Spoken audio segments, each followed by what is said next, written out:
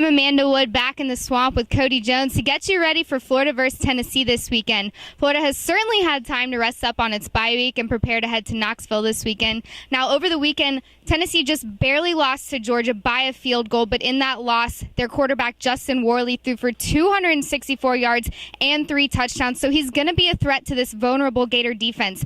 Cody, is this Gator defense going to be able to live up to its potential? They really have to, and I don't think there's any choice. Like you were talking about Justin Worley, all the success he's had, completely different quarterback from the one that Florida's seen in recent years. He's a guy that can throw the ball deep now, has had pretty good success doing that so far this season, has been pretty accurate with their short game as well. So this is a completely different version of the Justin Worley that Florida has seen. He's a guy that can change this game. So the Florida secondary that we saw all the holes they had last week and really throughout this entire season, they feel a lot better with that bye week and using that extra week of practice to clean those things up. But there's no question they've got to play a lot better than they have to come out of Knoxville with a win.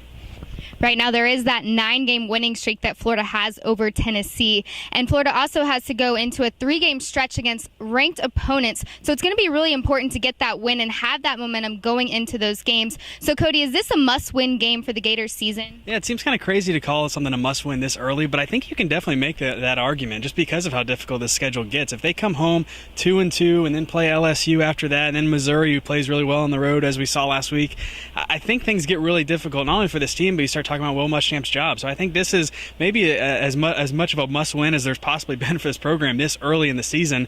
This is a game they really need, though, especially when you look at their hopes for the SEC title still, and really for Muschamp just keeping his job in general. I really think this is a game they have to have for all those things to be possible. Now, there were a lot of questions as to why Florida didn't put in backup quarterback Treon Harris against Alabama when they were doing bad, and all the coaches say the same thing. Jeff Driscoll gives them the best chance to win. Now, with all that criticism, Jeff Driscoll is going to need to improve, but the question is, Cody, where at?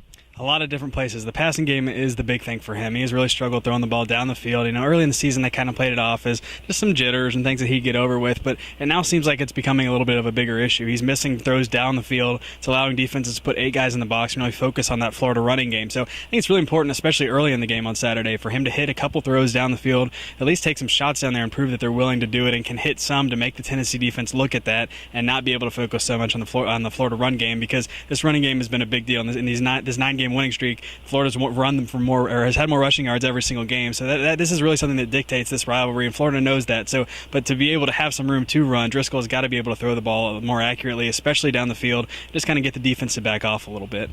All right, well, we'll see if Driscoll silences his doubters this weekend against Tennessee. Kickoff is at noon, but we'll have you covered with everything right here, so keep it locked. For Cody Jones, I'm Amanda Wood.